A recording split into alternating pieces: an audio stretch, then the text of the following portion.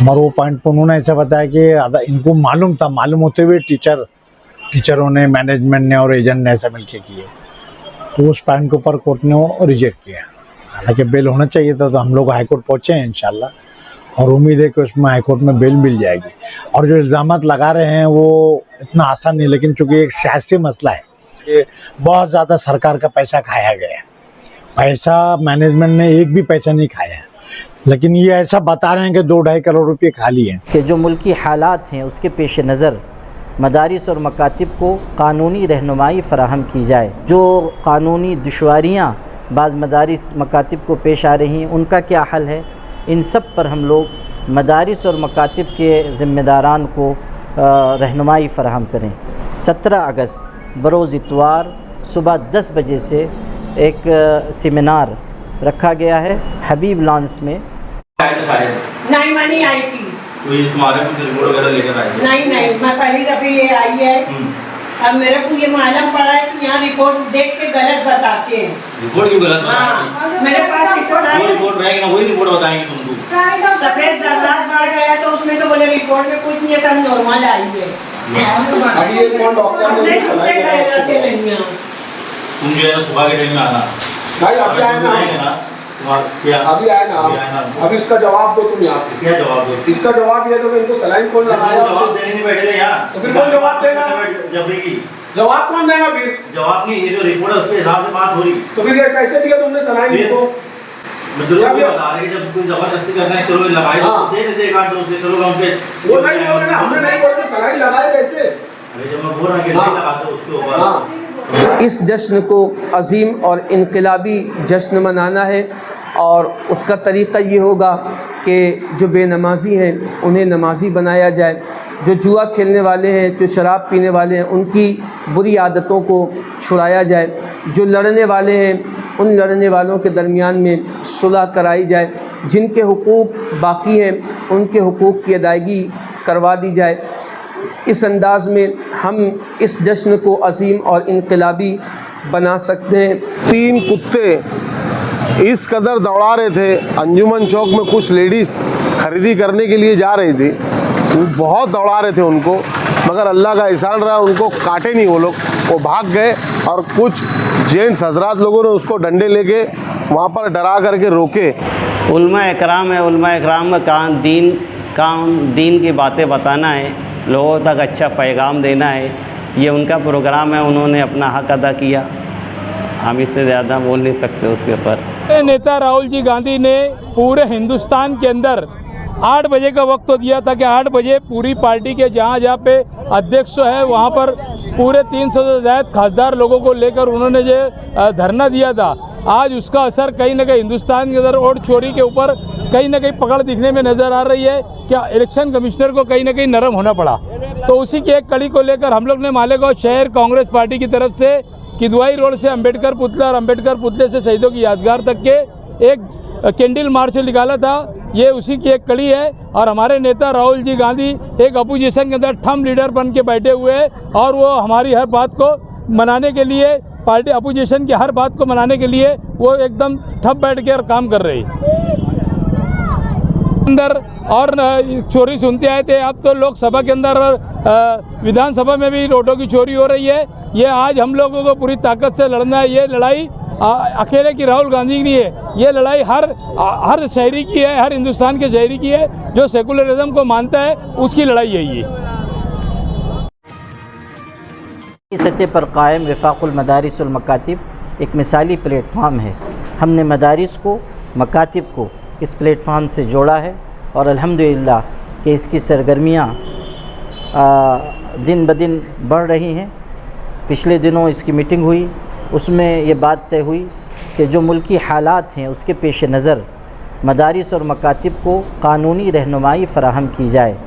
इस सिलसिले में रजिस्ट्रेशन किस तरह किया जाता है, रजिस्ट्रेशन क्यों ज़रूरी है, रजिस्ट्रेशन के लिए कौन से कागज़ात मतलूब हैं, इसी तरह ऑडिट किस तरह करना है, ऑडिट क्यों करना है, उसका क्या प्रोसीजर होता है, इसी तरह जो कानूनी दुश्वारियाँ बाज़ मदारिस मकातिब को पेश आ रही हैं उनका क्या हल है, इन सब पर हम लोग मदारिस और मकातिब के ज़िम्मेदारान को रहनुमाई फ़राहम करें।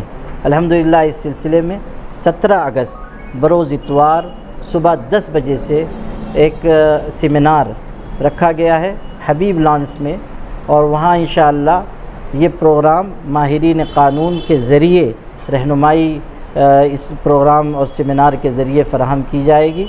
हर मदरसे से और हर मकतब से हमने 4 अफराद को बुलाया है, नाजिम, सदर मुदर्रिस और 2 ट्रस्टियान। तो मैं गुजारिश कर रहा हूँ, ये वफाक के ज़िम्मेदार हजरात हैं, अरकान हैं, माशाअल्लाह कल भी मीटिंग हुई थी वर्किंग कमेटी की, उसमें भी इस सिलसिले में इंतज़ामी बातें तय हुई हैं।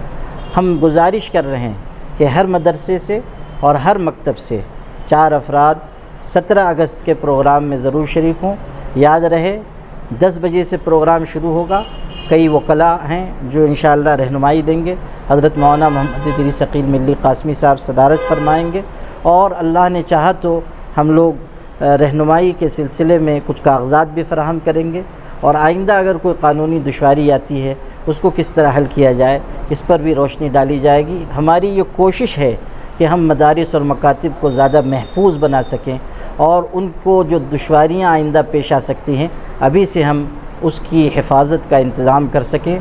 अल्लाह करे कि ये प्रोग्राम कामयाब हो, तमाम मदारिस के हज़रात और तमाम मकातिब के हज़रात अपनी ज़िम्मेदारी महसूस करते हुए इस सेमिनार में शरीक हों। मैं उम्मीद करता हूँ कि आप लोग हमारी गुजारिश पर ज़रूर तवज्जो फरमाएंगे। व आखिर दावाना अल्हम्दुलिल्लाह। जहाँ तक मालिक वासुकी केस थी, कल अदालत ने वो जमानत एप्लीकेशन रिजेक्ट किया हमारी, और उसकी वजह बताया कि जो सरकार ने उनकी तरफ से लेके आए थे कि एक नवीद अहमद है, इनका और एजुकेशन ऑफिस का एक दूसरे का सबका कोल्यूजन है, और कोल्यूजन की वजह से बैक डेटेड डॉक्यूमेंट बनाए। उसमें कि यूडाइस रहता है वो भरना पड़ता है, ये यूडाइस भरा हुआ नहीं था, तो वो एक पॉइंट कोर्ट ने पकड़ा है। और बदकिस्मती से 3 टीचर दूसरी तरफ सर्विस करते थे और उनको अपॉइंटमेंट की पता चला है। जहाँ तक 3 टीचरों का ताल्लुक है तो मैनेजमेंट के एक्ट के हिसाब से कोई जिम्मेदारी नहीं। जहाँ जगह खाली रहती है वो आप एडवर्टाइजमेंट देते हैं, इंटरव्यू होता है, सिलेक्शन कमेटी रहती है, स्कूल कमेटी इलेक्शन लेती है, इंटरव्यू लेती है, मेरिट पे सिलेक्ट करती है और वो उनको ज्वाइन किया जाता है। और बाद में ये पूछा तो टीचर अगर किसी तरफ दोबारा नौकरी करता है, कुछ करता है, तो उसकी कोई ऐसी जिम्मेदारी नहीं है एफिडेविट लेना, ये करना। और वो पॉइंट पर उन्होंने ऐसा बताया कि इनको मालूम था, मालूम होते हुए टीचरों ने, मैनेजमेंट ने और एजेंट ने ऐसा मिलकर किए, तो उस पॉइंट के ऊपर कोर्ट ने वो रिजेक्ट किया। हालांकि बेल होना चाहिए था, तो हम लोग हाईकोर्ट पहुंचे हैं इंशाल्लाह, और उम्मीद है कि उसमें हाईकोर्ट में बेल मिल जाएगी।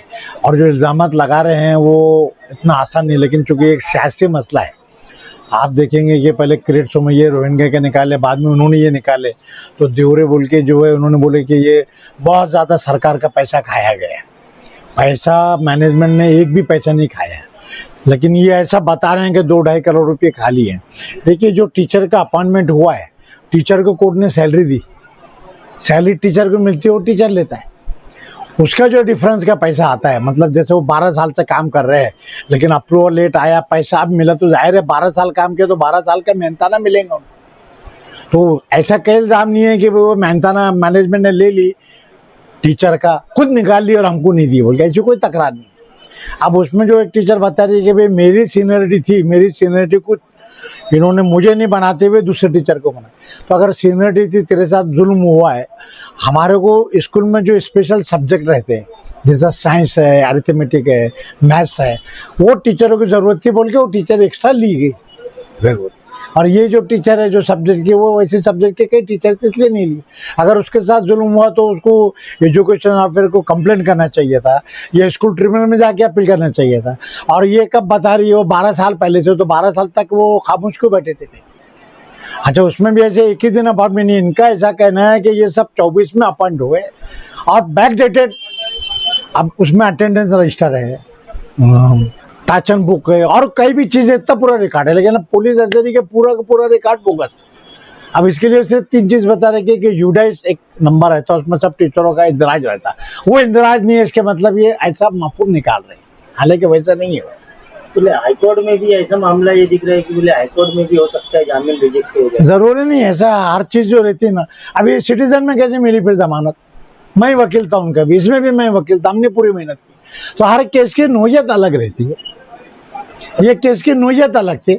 इसमें ऐसा बताया गया कि 4 टीचर दूसरी तरफ है, रिकॉर्ड है, गवर्नमेंट से पैसा लिए, तो कोई भी जज मुस्तब हो जाएगा ना यार, जब उधर नौकरी पे तो इधर कैसा है, बैक वक्त आदमी कैसा काम करेगा। हालांकि उसमें भी नहीं। अब एक टीचर जम्मू में काम करते थे, वहां से राजीनामा दे के इधर आए वो, और यहाँ काम कर रहे, तो पुराना पैसा लिए होंगे तो वहां तक लिए होंगे। अगर उन्होंने 2 जगह के पैसे लिए तो ठीक है, वो भी रहा तो टीचर को पैसा वापस भरना पड़ेगा, उसमें मैनेजमेंट का क्या दोष। टीचर लोग कोई मुलजिम नहीं है, मगर ये सब कुछ सियासी तौर पे भी है, और हर अपने अपने दायवे से जो है बदनाम कर लेंगे। ये जो कुछ अगलातनामे भी होंगे, कुछ दुरुस्ते भी होंगे, तो कोई इतने बड़े नहीं है जो एक क्रिमिनल ऑफेंस बैठता है। दूसरा उसमें ये मसला हुआ कि इन लोगों ने असल में हाईकोर्ट में हमने एक रिट दाखिल किए थे। इससे पहले एक देवरे नामी शख्स है और यूट्यूबर है जाबिर शाह, इन्होंने नोटिस वो दी हमको, सब इंस्टीट्यूट को, वो हमने हाईकोर्ट में चैलेंज किए। वो हाईकोर्ट में एडमिट हुआ। हाईकोर्ट में एडवोकेट जनरल अपीयर बोले ये बहुत बड़ा घोटाला है, यहीं के नहीं, इसलिए हमको तफ्तीश करना। तो अदालत ने बोला आप तफ्तीश कर सकते हैं, और अगर कोई क्रिमिनल केस दाखिल हुई होंगी तो वो अलग रहेंगे, इसका उसका कोई ताल्लुक नहीं, इन्फ्लुएंस नहीं होगा। उसका फायदा उठाएगा। अभी पहले देखिए सब इंस्टीट्यूट के खिलाफ तकरार जाबिर शाह और कोई तदवीर इन्होंने की। पहले सिटीजन वेलफेयर की अदालत में को हम कन्विंस किया, अदालत ने बताया कि थर्ड पार्टी को कंप्लेंट नहीं करते हैं। अब क्या किया इन्होंने, फिर थर्ड पार्टी को नहीं आता तो पुलिस डिपार्टमेंट ने एम्प्लॉय को बनाई, तो जाहिर है उसके तकरारें करते आता। तो ये मोटे ऑपरेंडी इन्होंने बदल दिए। और एक टीचर 12 साल तक क्यों खामोश बैठी थी अगर जुल्म हुआ? अगर उसको तनख्वाह नहीं मिली तो उसको राइट था करना चाहिए ना। सबसे पहले याना जादव के ऊपर केस हुई, ऐसा तो सब इंस्टीट्यूट पे आ रहे। जहाँ अगलातनामे गलती आप फौरन वहाँ करो, लेकिन जो चीजें तुमको समझ में नहीं आ रही टेक्निकल, वहाँ पे भी सिर्फ आंकड़े बता रहे 2.5 करोड़, 4 करोड़, 3 करोड़, 5 करोड़। अरे तो करोड़ का खबर नहीं हुआ ना, वो तो टीचरों की तनख्वाह काम करे तो पैसा मिलेगा उनको। अब हमारे पास कोई आदमी आता है, ब्रीफ हम लेते हैं, पैसे लेते हैं, किसी से 1000 रुपये लेंगे, किसी से 20,000 रुपये लेते हैं, आपकी नोयत। तो जो पैसा आया है गवर्नमेंट से वो कोई गलत आया ऐसा नहीं है। अब वो ये सब केस चल के आगे साबित होंगे। कुछ टेक्निकलिटीज इरेगुलर अपॉइंटमेंट है, बार बार रूल्स भी बदलते रहते हैं उनके, कुछ में परमिशन है। अब ये एडमिनिस्ट्रेटिव ऑफिस का, प्रशासक और ये प्राइवेट स्कूल का कोई ताल्लुक नहीं। अब इन लोग बोल रहे कि एओ ने हमको जवाब दिया कि हमारे पास आउटवर्ड नंबर नहीं है। एओ का जब हमारा कोई ताल्लुक ही नहीं होता वहां से क्यों लेंगे? हमारे पास यूडाइज, अब तुम्हारे पास किसने यूडाइज डाला हो? पुलिस ने डाली होंगी, या जो हमारे मुखालिफ ने उन्होंने वहाँ वो करवाए होंगे रजिस्टर जिनके पास होंगी। और तमाम लोगों ने राइट टू इन्फॉर्मेशन रखना, पहले एजुकेशन डिपार्टमेंट सब कॉपी निकालेंगे, कोई नई चीज़ नहीं। इसके बाद मैनेजमेंट हमसे मांगी। मालिक हाईस्कूल में 3000 कागजात दिए हुए हैं, जब्चा अपॉइंटमेंट है, हाजिरी बुक है, सब कागजात दिए हमने पुलिस।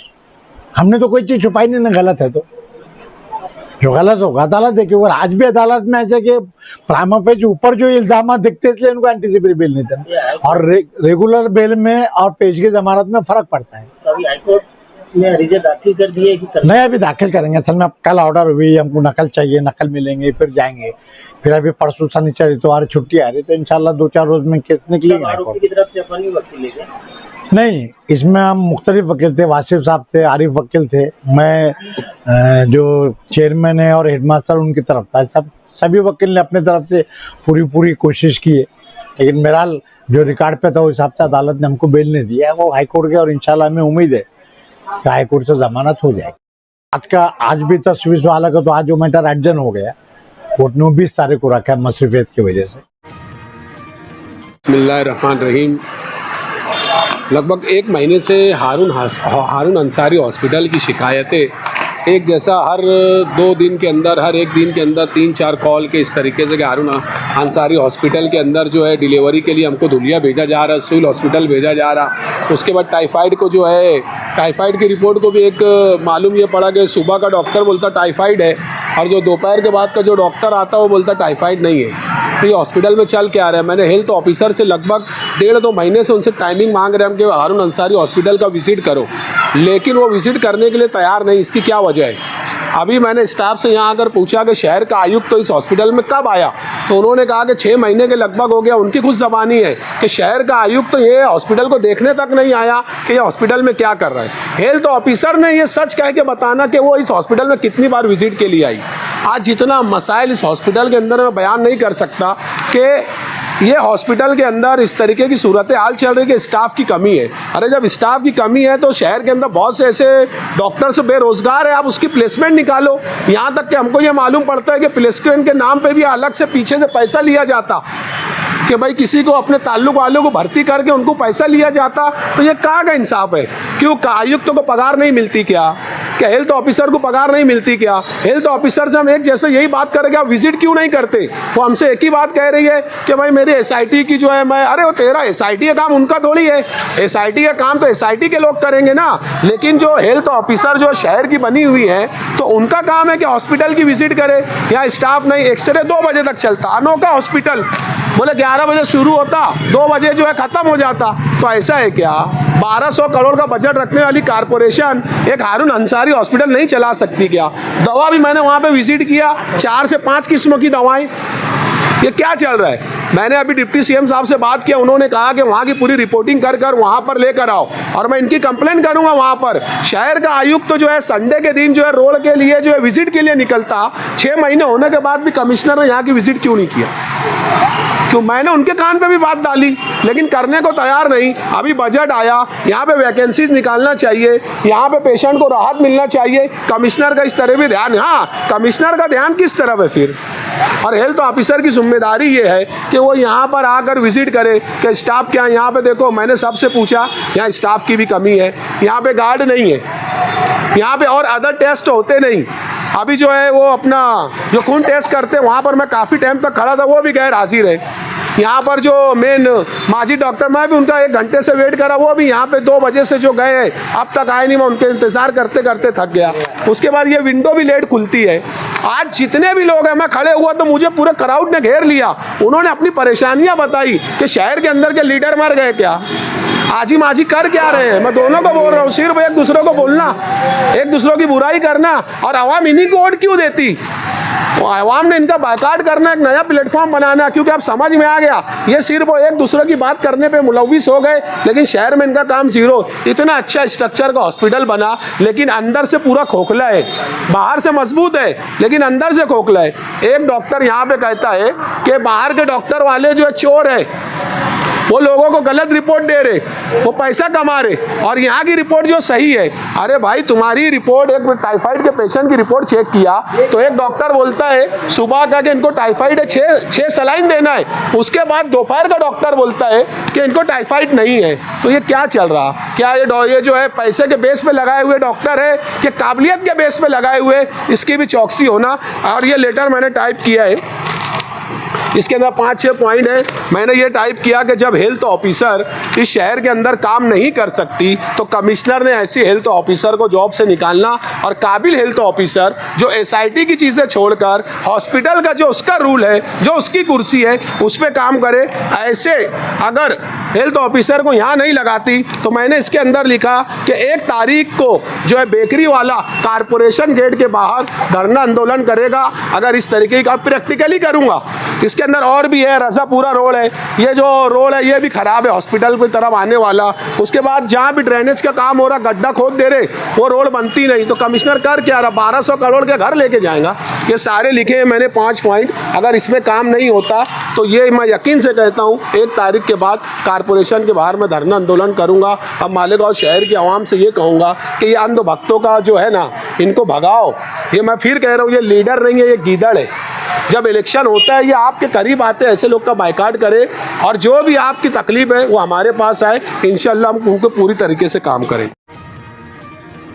कि हुज़ूर अलैहिस्सलाम की आमद का ये जश्न इनफरादी अहमियत का हामिल है, इसलिए कि ये 1500 साला जश्न का मौका है। इसके बाद 1501, 1502, 1525 और 1550 साला जश्न में पता नहीं कौन कहाँ होगा और कैसे होगा, किस हाल में होगा, किसी को नहीं पता।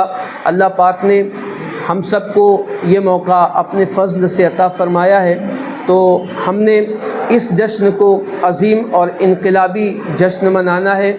और उसका तरीक़ा ये होगा कि जो बेनमाज़ी हैं उन्हें नमाज़ी बनाया जाए, जो जुआ खेलने वाले हैं, जो शराब पीने वाले हैं, उनकी बुरी आदतों को छुड़ाया जाए, जो लड़ने वाले हैं उन लड़ने वालों के दरमियान में सुलह कराई जाए, जिनके हुकूक बाकी हैं उनके हुकूक की अदायगी करवा दी जाए। इस अंदाज़ में हम इस जश्न को अज़ीम और इनकलाबी बना सकते हैं। उसी के साथ साथ जो काम हमने हुज़ूर अलैहिस्सलातु वस्सलाम की विलादत तय्यबा के 1500 साला जश्न पर करने हैं, उसमें इदारे वालों से हमने गुजारिश की है कि जितने भी इदारे वाले हैं वो 1 रबीउल अव्वल से 12 रबीउल अव्वल तक अपने इलाक़ों में ख़वातीन के लिए महफ़िल दुरूद का इंतज़ाम करें, एहतमाम करें। वो 1 घंटा ही, चाहे सुबह को वक्त हो या दोपहर में हो या शाम के वक्त में हो, ख़वातीन को जब सहूलत हो उनकी सहूलत के हिसाब से उनको 1 घंटा महफ़िल दुरूद के लिए रोज़ाना बुलाया जाए, ताकि वो भी हुज़ूर अलैहिस्सलातु वस्सलाम की विलादत के जश्न में शामिल हो सकें और शरीक हो सकें। इसी तरीके से 12 दिनों तक हुज़ूर अलैहिस्सलातु वस्सलाम की आमद पर रोज़ाना ख़वातीन के इज्तिमात करवाने हैं। उसके बाद जो इदारे क्लब और अंजुमन के ज़िम्मेदारान हैं वो सजावट का एहतमाम करते हैं, तो 10 रबीउल अव्वल के बाद से करते हैं। तो जो इदारे अंजुमन और क्लब के ज़िम्मेदारान हैं उनसे हम गुजारिश करते हैं कि वो सब लोग जैसे ही माह रबीउन नूर शरीफ का चाँद नज़र आ जाए उस वक्त से ही अपने गली मोहल्ले चौक चौराहों को सजाना शुरू कर दें, ताकि लोगों को लगे कि ये एक अज़ीम और इनकलाबी जश्न का मौका है। हुज़ूर अलैहिस्सलातु वस्सलाम की विलादत तय्यबा के 1500 साला जश्न का मौका है। इसको 1-2 दिन नहीं बल्कि पूरे 12 दिन तक के इंशाअल्लाह इसी तरीके से हमारे अपने शहर को सजाए रखना है। उसके बाद अगर कोई इदारे वाले, अंजुमन वाले, क्लब वाले बोर्ड आवेज़ा करना चाहते हैं और लोग लगाते हैं तो वो भी जो है 10 रबीउल अव्वल के बाद ही लगाते हैं। तो विलादत तय्यबा की आमद पर जो मुबारकबादी के बोर्ड होते हैं वो भी बिल्कुल लगाएं, और लगाने के लिए 1 रबीउल अव्वल से ही आप लोग अपने इलाक़ों में बोर्ड लगाना शुरू कर दें, लेकिन उस पर भी कोई ना कोई मिलाद का पैगाम होना चाहिए। उसके लिए आप ये उन्वान दे दें पैगाम मिलाद, और पैगाम मिलाद के उन्वान से उसके नीचे छोटी छोटी अहादीस और जुमले लिख दें, जैसे शराब हर बुराई की जड़ है, ज़िना जो है वो चेहरे से नूर को ख़त्म कर देता है, और ऐसे ही जो छोटी छोटी अहादीस हैं उन अहादीस को उसके नीचे आप दर्ज कर दें, ताकि लोग पढ़ें तो लोगों के दिलों में ये ज़ौक़ और शौक़ पैदा हो कि नहीं, हम लोगों को बुराइयों से किनारा कश होना है, जुए से जो है अपने दामन को छुड़ाना है, शराब से अपने दामन को छुड़ाना है। ये सारी चीज़ें इदारे वालों को करनी है और इस जश्न को अज़ीम और इनकलाबी जश्न इंशाअल्लाह मनाना है। और आखिर में एक ऐलान ये है, मालेगांव के जितने भी इदारे वाले हैं, क्लब वाले हैं, ज़िम्मेदारान हैं, अंजुमन वाले हैं, अगर वो अपने गली मोहल्लों को और इलाक़ों को सजाते हैं, चाहे वो जितनी सजावट करें, एक गेट ही अगर अपने गली के या चौक के कोने पर लगाते हैं, वो जिस अंदाज़ में भी सजावट कर रहे हैं, उनकी सजावट का अज्र तो आक़ाए करीम सल्लल्लाहु अलैहि वसल्लम क़यामत के दिन अपनी शान के मुताबिक अता फरमाएंगे। लेकिन उनकी हौसला अफजाई के तौर पर इंशाअल्लाह अल जामिअतुज़ ज़हरा अहले सुन्नत इज़हारुल उलूम और मदरसा अहले सुन्नत शफ़ाअतुल कुरान की जानिब से उन्हें मिलाद के बाद इंशाअल्लाह एवार्ड से नवाजा जाएगा, और एवार्ड का नाम जो होगा वो लिवा के तले, इस नाम से इंशाअल्लाह एवार्ड तमाम इदारे के ज़िम्मेदारान, कल्बों के, अंजुमनों के ज़िम्मेदारान को इंशाअल्लाह दिया जाएगा। इसलिए हम अहलियान मालेगांव से गुजारिश करते हैं कि इस जश्न को हर एतबार से अज़ीम और इनकलाबी बना दे, फ़िक्री एतबार से, जिस्मानी एतबार से, रूहानी एतबार से, तामीरी एतबार से, तालीमी एतबार से, जिस एतबार से भी आप इस जश्न को अज़ीम और इनकलाबी बनाना चाहते हैं, इस जश्न को अज़ीम और इनकलाबी बनाने की कोशिश करें। अल्लाह पाक अपने हबीब साहिब लौलाक सल्लल्लाहु अलैहि वसल्लम की विलादत तय्यबा का हम सबको सदका नसीब फरमाए, हमारे शहर पर और पूरी दुनिया में अल्लाह पाक खुसूसी फ़ज़ल फरमाए, और बिलखुसूस अल्लाह पाक अहले गज़ा और फ़लस्तीन की मदद फरमाए। अल्लाह पाक मस्जिद अक़सा को बाज़ियाबी अता फरमाए, और अल्लाह पाक मुल्क हिंदुस्तान जो ख्वाजा का हिंदुस्तान है उसमें अमन व सलामती अता फरमाए। अस्सलामु अलैकुम व रहमतुल्लाहि व बरकातुहू। लोग ने मालेगांव शहर के कमिश्नर रविंद्र जाधव सर से मुलाकात की, वार्ड नंबर 12 के जिम्मेदारों की सरपरस्ती के अंदर आज मालेगांव शहर के अंदर कुत्ते की तादाद इतनी बढ़ गई है कि लोग आज घर से बाहर निकलने के लिए डर रहे हैं। और मालेगांव शहर के अंदर जितनी भी स्कूलें हैं, वो स्कूलों के अंदर जो बच्चे अपने घर छोड़ के स्कूलों में जाते हैं और स्कूल से वापस छुट्टी के बाद अपने घर आते हैं, तो सब बच्चों में डर और खौफ का माहौल हो गया। इतनी कुत्तों की तादाद बढ़ते जा रही है कि जिसकी कोई इम्तिया नहीं। मालेगांव महानगर पालिका ने डॉग स्क्वाड यानी डॉग को जो पकड़ते हैं कर्मचारी, वो डॉग पकड़ने के कर्मचारी लगाए हुए हैं। वो कर्मचारी पगार ले रहे हैं और वो पगार लेने के बाद काम कर नहीं रहे। वैसे ही वार्ड नंबर 12 के अंदर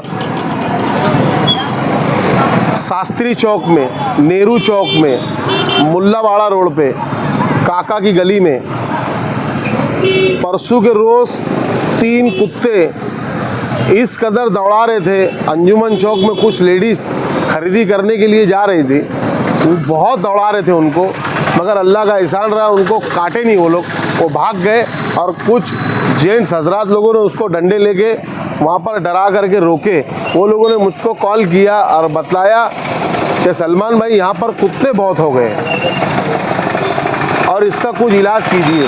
तो मैंने मेरा अपना लेटर लगा करके उसके अंदर टाइप करा के रविंद्र जादव सर से मुलाकात करके उनको ये बात बतलाई कि Kidwai road, Mohammed Ali road, Bhangar Bazaar, Nishad road, Ansar road, doctor Syed Mahmood road, Sardar Chowk, वैसे ही मोहम्मदिया रिक्शा स्टॉप, यहाँ चौर चौराहे पे इतने कुत्ते खड़े रहते हैं, बैठे रहते हैं और आने जाने वालों को भौंकते और काटते। अभी कल का वाक़या एक ऐसा हुआ कि हमारी सिटी कॉलेज के पास में हमारे कुमारवाड़े के एक चाचा बैठे हुए थे, पेपर पढ़ते, एक कुत्ता आया और उनको काट लिया। हम लोग सिविल लेकर गए उनको और इंजेक्शन वगैरह लगा के गए। तो मैं आपके चैनल के माध्यम से कमिश्नर राज यानी प्रशासक राज रविंद्र जादव सर से ये आह्वान करता हूँ कि आप ये जो मैं लेटर दिया हूँ आपको, आप इस पे अमल बोजनी कीजिए और ये कुत्तों से निजात दीजिए। ये कुत्तों की तादाद बहुत बढ़ गई है, लोगों का जीना हराम कर दिए। हमने उनको लेटर दिया कि आप इस पे अमल बोजनी करके, हमने 2 लेटर दिया उनको, एक ये दिया और एक ये दिया। और कमिश्नर साहब को मैं आपके चैनल के माध्यम से और हमारे इकबाल साहब सफाई मुहिम के आपके चैनल के माध्यम से मैं रविंद्र जादव सर से ये गुजारिश करता हूँ कि आपने अगर 2 दिन के अंदर ये कुत्तों का सफाया करे नहीं तो मैं मेरे अपने जिम्मेदारों को लेकर के कारपोरेशन में धरना आंदोलन पे बैठूंगा।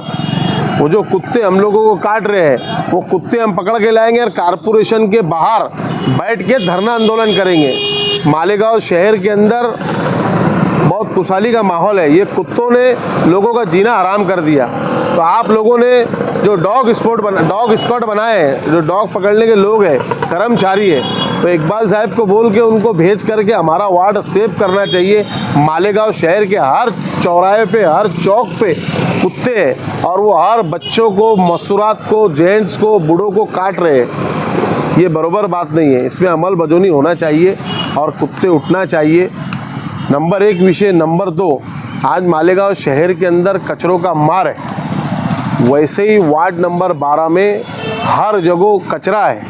मैं आपके चैनल के माध्यम से सफाई मुहिम अधिकारी को भी बोलना चाहता हूं कि आप सफाई पे ध्यान दीजिए और सफाई नहीं होने की वजह से, वो कचरे में कीटाणु, गंदगी की वजह से हर बीमारी आज वायरल हो रही है मालेगांव शहर में। सफाई का भी लिहाज करें। अभी कल के दिन 15 अगस्त है, परसों के दिन 15 अगस्त को भी साफ़ सफाई अभी से मुकम्मल करना चाहिए और मालेगांव शहर साल के 12 महीने साफ़ रहना चाहिए। उसके बाद साफ़ रखेंगे तो मालेगांव शहर की उन्नति बढ़ेगी, मालेगांव शहर खूबसूरत दिखेगा। मैं आपके चैनल के माध्यम से फिर एक बार रविंद्र जादव सर से ये आह्वान करूंगा कि आप मालेगांव शहर में कुत्ते पकड़ने के लिए अधिकारी भेज के वो डॉग पकड़ने के लिए वो इंतज़ाम कीजिए और कचरे का भी ध्यान दीजिए। जय हिंद, जय महाराष्ट्र। जन्म दाखिला मामला शहर में कई दिनों से चल रहा है। जन्म दाखिले मामले में नहीं हो रही है। मैं बताता हूँ, जन्म दाखिले मामले में भी जो है ये इशू भी एक जो है बहुत अजीब इशू है।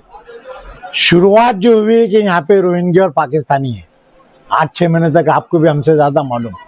अल्लाह का शुक्र है कि पूरी इंक्वायरी में एक भी रोहिंग्या और पाकिस्तानी नहीं मिला। अन्ना मिलने वाला था हमको मालूम। जो मकसद था वो मकसद खत्म हो गया। इस दौरान बदकिस्मती से जब इन्होंने कुछ कागजात लगाए तो कैसे भी मालेगांव को बदनाम करना, और उसकी महज वजह जो है कि यहाँ से जो हमने एमपी को चुन के दिए वो बीजेपी आज तक हजम नहीं कर पा रही। और चोरियां जो करती बीजेपी, जैसा वोट चोरी का आप देख रहे दिल्ली में क्या तमाशा चल रहा है। ये अब यहाँ क्या कि इन्होंने ये कागजात, ये जो टीचरों ने, ये जो बच्चों ने बनाया है, ये जो कैंडिडेट है इन्होंने, तो उसमें कुछ अगलातनामे, कोई दस्तखत नहीं, ये नहीं, तो बस ये बहाना किए और ये फौजदारी मुकदमे में दाखिल कर दी। बर्थ एंड रजिस्टर एक्ट एक स्पेशल एक्ट है, उसमें कानून है कि अगर ये बर्थ एक्सट्रैक्ट तुमने धोखे से लिया, झूठे कागजात पे लिया, गलत लिया, तो सेक्शन 15 के तहत से वो रद्द कर देना। यहाँ तो सरकार ने सब रद्द कर दी तो मामला खत्म हो गया। आप उसके ऊपर सबको केस करो, 1000 रुपये दंड करो, वो नहीं कर रहे।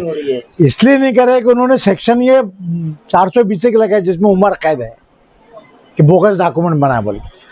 जो कानून लगाना चाहिए वो नहीं लगाए, और जो कानून नहीं लगता वो लगाए। तो इसीलिए उसके ऊपर जो इतने दिनों से बहस चल रही है। फिर उन्होंने स्पेशल प्रोसिक्यूटर लगाया, कभी वो मिलते नहीं, अदालत पर तो और भी काम है। अभी आज जो है जो सेशन जज के पास था, आज हम लोगों ने हमारा आखिरी जवाब दिया है। अब कल परसों से अदालत वो जजमेंट के लिए बैठेंगे तो इंशाल्लाह 8 दिन में जमानत पे ऑर्डर होगी। 2 मुख्तलिफ जजेस साहबान के पास है, दोनों ने काफ़ी मौका दिए, काफ़ी सुने, नई नई चीज़ आती गई, फिर नई नई बात पे सुनते गए। तो इंशाल्लाह ऐसा दिखता है कि आज तो एक जज साहब के पास पूरा मामला खत्म हो गया, वो ऑर्डर के ऊपर चले जाएगा, तो अंदर हफ्ता इंशाल्लाह ऑर्डर हो जाएगा, जो भी ऑर्डर होगा वो। जब एसआईटी ने अपनी रिपोर्ट पेश कर दी कि ना कोई बांग्लादेशी मिला है ना कोई रोहिंग्याई मिला है, बिल्कुल सही फरमाया, लेकिन वो एसआईटी की रिपोर्ट और ये जुर्म दोनों मुख्तलिफ है, शुमाल जुनूब है, एकदम अलग है, मशरिक मगरिब है। जो शुरुआत हुई वो रोहिंग्या और बांग्लादेशी बोल के हुई, उसको रास्ता अलग कर दिए, बाद में कागजात बने, ये झूठे बनाए बोल के। अब इसमें ऐसे लेके आते थे आर्गूमेंट को कि वो बांग्लादेशी है, ये बाहर जाएंगे, तकलीफ होंगी होंगे, तो उसकी वजह से इम्पोर्टेंस आ गया अदालत सामने। लेकिन इसमें भी कई लफ्ज नहीं है फायर में, रोहिंग्या बांग्लादेशी कोई ताल्लुक नहीं, कागजात झूठे बनाए। कैसे झूठे बनाए? एक औरत बोलती है कि भाई हम 4 बहनें हैं, हम मालेगांव नहीं आए, लेकिन मालेगांव में उनका एफिडेविट बना हुआ है, तो ये बोगस डॉक्यूमेंट हुए। वो कारपोरेशन के एम्प्लॉय बोलते हैं कि हमने नो ऑब्जेक्शन दिए नहीं, तो ये नो ऑब्जेक्शन जो रिकॉर्ड पे है बोगस। पेपर में छापे गया तो उसको आउटवर्ड नंबर नहीं है, पेपर में छापे इसलिए ये बोगस है। ऐसा बनाया गया है उसको, और उसमें वो पॉइंट रोहिंग्या, लेकिन रिकॉर्ड पे कहीं नहीं, सब अदालत से मान देना। मगर उस वक्त बताया कि ये देखो ये बोगस कागज बनाए, ये जाते थे बांग्लादेश को ही जाएंगे, बम्बई को ही जाएंगे, बिहार को, वहाँ वोटिंग करेंगे, ऐसा करेंगे, ऐसा हुआ बनाया गया। केस शादी है कि भाई 4 कागज है वो गलत बन, जैसा खरीदी खत रहता है, आदमी बोगस आके खड़े हो जाता है, उसको पढ़ के छुट्टी के बोगस खरीदी। इनका कहने कि एफिडेविट बनी नहीं, तो एफिडेविट बनाया कौन? तहसील ऑफिस ने बनाया, तो जिम्मेदार कौन? तहसील ऑफिस, हेल्थ ऑफिसर है। जितने बर्थ एक्सट्रैक्ट दिए हुए हैं कायदे से हेल्थ ऑफिसर की जिम्मेदारी। हेल्थ ऑफिसर ने क्या किया? अपने जो सबऑर्डिनेट तवाब को अंदर डाल दी, कमरुद्दीन को अलग डाल दी, इसको अंदर डाल दी, उसको अंदर डाल दी, सब जो कर खुद बच गए, ये मेरा कोई ताल्लुक नहीं, इसलिए बच गई कि खुद फिरियादी बन गई। मगर कानून में वो भी अगर फिरियादी भी बने तो तुमको आरोपी बनाते आता। वो भी हम अदालत को बताएं कि जो हेल्थ ऑफिसर है, बर्थ स्टेट पे दस्तखत हेल्थ ऑफिसर की, जिम्मेदारी हेल्थ ऑफिसर की, वो अपना पल्ला नहीं झाड़ सकते हैं। लेकिन उसमें भी सियासत वो बीजेपी की, यह बीजेपी का हमनामा की, इसलिए दूसरों को बना दी। और कुछ अगलातनामे हुए, वो गलतियां ऐसी नहीं है जिसके ऊपर क्रिमिनल केस की भी जरूरत है, मगर लेकिन एक सियासी तौर पे एक आंख से तुम देख रहे हैं क्रिएट तुम्हें जो आईबी जमीन घोटाला के, वहां क्यों एक्शन नहीं लिए? वहां तो 3 सब रजिस्ट्रार को आप वो कर दिया ना। यहाँ पे भी जो तहसीलदार है, जो जिम्मेदार है, उसको नहीं कर रहे, नायब तहसीलदार को बना दिए, उसकी बीवी को पैसा गया तो उसको बना दिए। अब पैसा ये केस का या कोई दूसरे ताल्लुक का, वो बहस आएगा, बहस का मौजूद है। देखिए चूँकि 15 अगस्त आ रही है और तिरंगा की अहमियत बताना है, हमारे भारत की अहमियत, तिरंगा की कितनी अहमियत है बच्चों में के दिलों में उजागर करना है, पब्लिक को तैयार करना है कि हमारे भारत की आज़ादी का दिन आ रहा है। उसकी अहमियत को बताने के लिए पब्लिक के दिलों में ये बात बैठे और वो उसको ज़ोर और शोर से मनवाए, इसलिए तिरंगा रैली निकाली गई। तो बच्चे जब रैली के अंदर शामिल थे तो कौन कौन से नारे लगा रहे थे वो? जो रैली निकाली गई उसके अंदर बहुत सारे नारे हमने थे, जैसे कि एहसास तुझ, हर सांस तुझ पे कुर्बान है, तिरंगा हमारी जान है, सारे जहाँ से अच्छा हिंदुस्तान हमारा, हिंदुस्तान जिंदाबाद, आज़ादी का है ऐलान, नशा मुक्त हिंदुस्तान, हर घर तिरंगा, घर घर तिरंगा, ईस्ट और waste India is the best. ऐसे बहुत सारे, और इसके अलावा भी यानी सफाई के ताल्लुक़ से भी नारे लगाए गए, स्वच्छ भारत के लिए, क्योंकि हमारे भारत सरकार का भी यही है कि लोगों के दिलों में आज़ादी की अहमियत बैठ जाए। उसी के ताल्लुक़ से हिंदुस्तान भर में भी शायद इस तरीके से तिरंगा रैली निकाली जा रही होंगी। हमने भी हमारे इलाके में उसको बच्चों के दिलों में और लोगों के दिलों में उसकी अहमियत बैठ जाए, इस ताल्लुक़ से रैली निकाली गई। मैसेज यही रहेगा हमारे लिए कि हिंदुस्तान, जिसके ऊपर हमारे हिंदुस्तानियों ने अपनी जानों को कुर्बान किया, अपनी कीमती जानों को कुर्बान किया, अंग्रेज़ों को यहाँ से निकाला और हिंदुस्तान को आज़ादी दिलाई, ये हमारा मुल्क है, हम इसकी अहमियत को समझें। आज़ादी जो जिस दिन मिलती है उस दिन खुशियाँ मनाई जाती हैं, ये खुशी का दिन है, हम इसको दिल खोल के खुशियाँ मनाएं। इसके लिए हमारे स्कूल मौलाना आज़ाद मॉडल प्राइमरी स्कूल में हर साल 15 अगस्त और 26 जनवरी ये कौमी त्यौहार के तौर पे मनाया जाता है। इस दिन रंगारंग प्रोग्राम किए जाते हैं, एक्शन सॉन्ग होते हैं, हिंदुस्तान की अहमियत के ऊपर बच्चों को अहमियत तरगीब दिलाने के लिए एक्शन सॉन्ग किए जाते हैं, ड्रामे पेश किए जाते हैं, हिंदुस्तान की मोहब्बत बताने के लिए ड्रामे पेश किए जाते हैं और उसकी अहमियत के तौर पर बहुत सारे रंगारंग प्रोग्राम किए जाते हैं। गोलियां तकसीम की जाती हैं, शिरनी तकसीम की जाती है, झंडे को सलामी दी जाती हैं। ऐसे बहुत सारे प्रोग्राम इस दिन मुनक़िद किए जाते हैं, मनाए जाते हैं।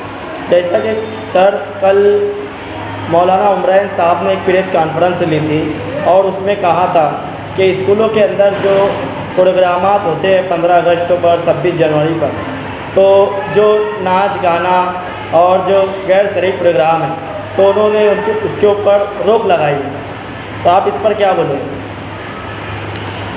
उलमा इकराम है, उलमा इकराम का काम दीन की बातें बताना है, लोगों तक अच्छा पैगाम देना है, ये उनका प्रोग्राम है, उन्होंने अपना हक़ अदा किया, हम इससे ज़्यादा बोल नहीं सकते उसके ऊपर।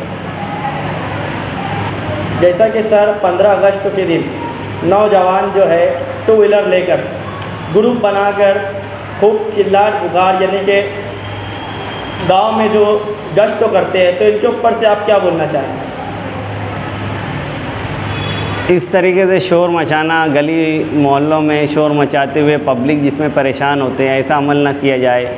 हमारे इस्लाम ने भी इसको शोर शराबे को मना किया है और यानी एकदम लापरवाही के साथ गाड़ियाँ दौड़ाना, ऐसे भी एक्सीडेंट वगैरह का शिकार हो जाते हैं।